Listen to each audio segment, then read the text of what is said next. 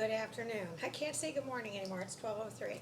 So good afternoon, everybody, and happy TGIF Day.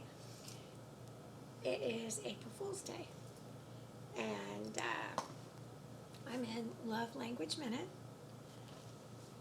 and today is Fighting Winter. Well, if you look outside, it's 80-some degrees, and it's pretty hot today. She was getting overheated. I could tell that. Well, Dennis Menace could see that too when we were out.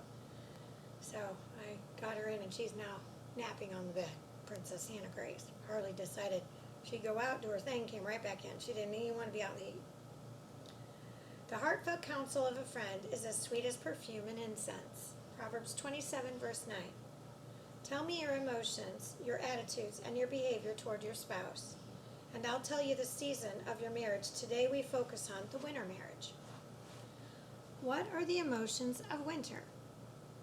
Hurt, anger, disappointment, loneliness, and rejection? What are the attitudes of a winter marriage?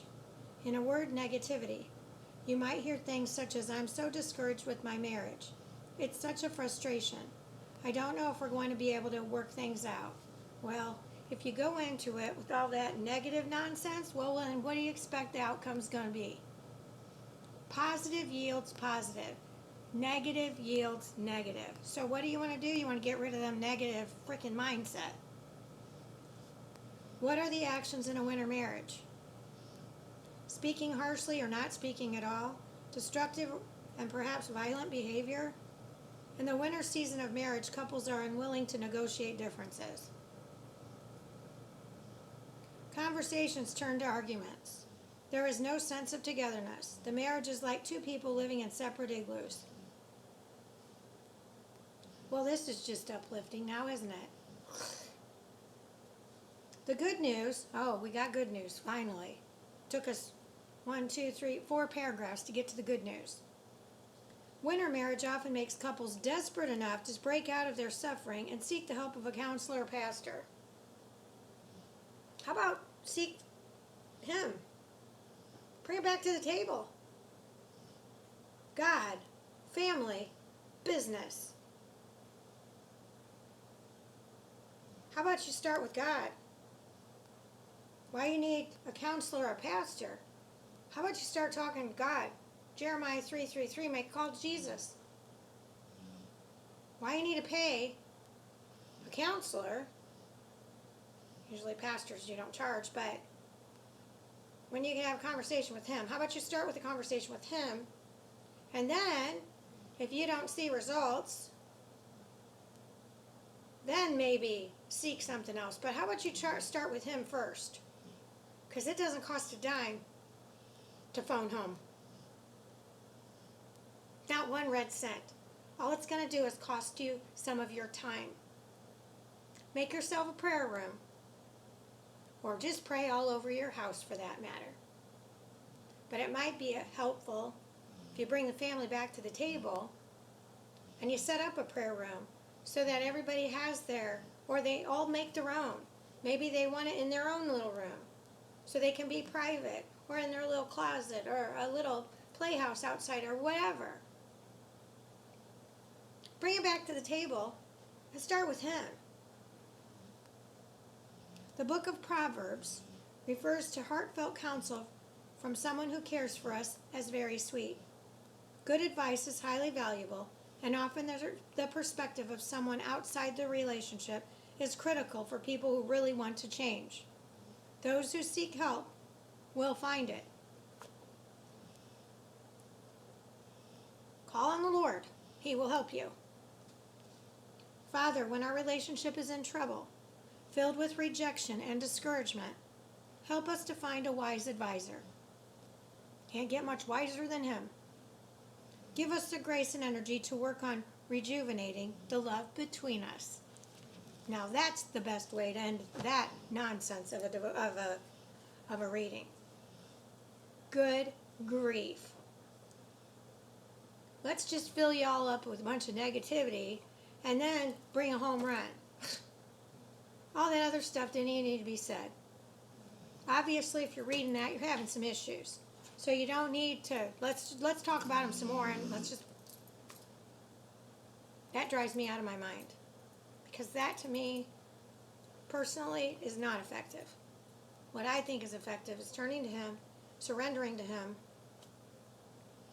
and I'm living proof. Because I have, with His grace, I have been able to handle being homeless with grace. I still can't believe it. It's still hard for me to digest it, even though that's what I'm living. Yes, I'm staying at a resort, but I am officially homeless. And man could have prevented it. Every person on the path leading up to me being homeless, had they all followed through with everything they said, Natalie would not have been homeless. So you want to talk about our broken justice system? Yeah, it's been broken for quite some time. So let's bring your family back together at the table with Thanksgiving and thank Him for waking you up. Thank Him for your significant other. If you need to rekindle your relationship on how you two met and fell in love, then start there. That's a great place to start because there is nothing but beauty in how you two met and how you fell in love and how you got married. And then if you formed a family on top of that and you have grandkids on top of that, I mean, come now. How can you afford to not seek help from Him if your relationship has turned into a winter relationship?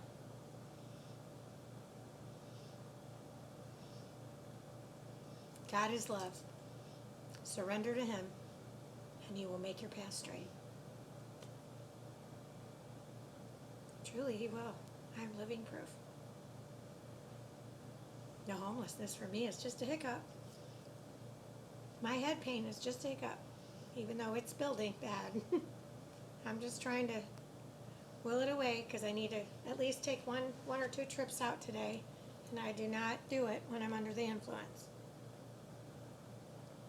So I'm trying to, I wanted to get my devotions read before I ventured out. I think I'm going to sit by the pool for a little bit and relax because I did do a lot of landscape stuff. So it feels so good to walk around and see it so cleaned up. It makes me happy. And like I said, I'm not doing it for a pat on the back. We're all enjoying it cleaned up. How can we not? It looks fantastic. And everything's blooming because it's springtime. So maybe it's nice enough up north that you guys can do that, or wherever part of the country you're from. Or just go outside and enjoy the beautiful day. It's fantastic here. So anyway, have a great day. And spread love, not war. Bye. Have a great day. Love to all bunches.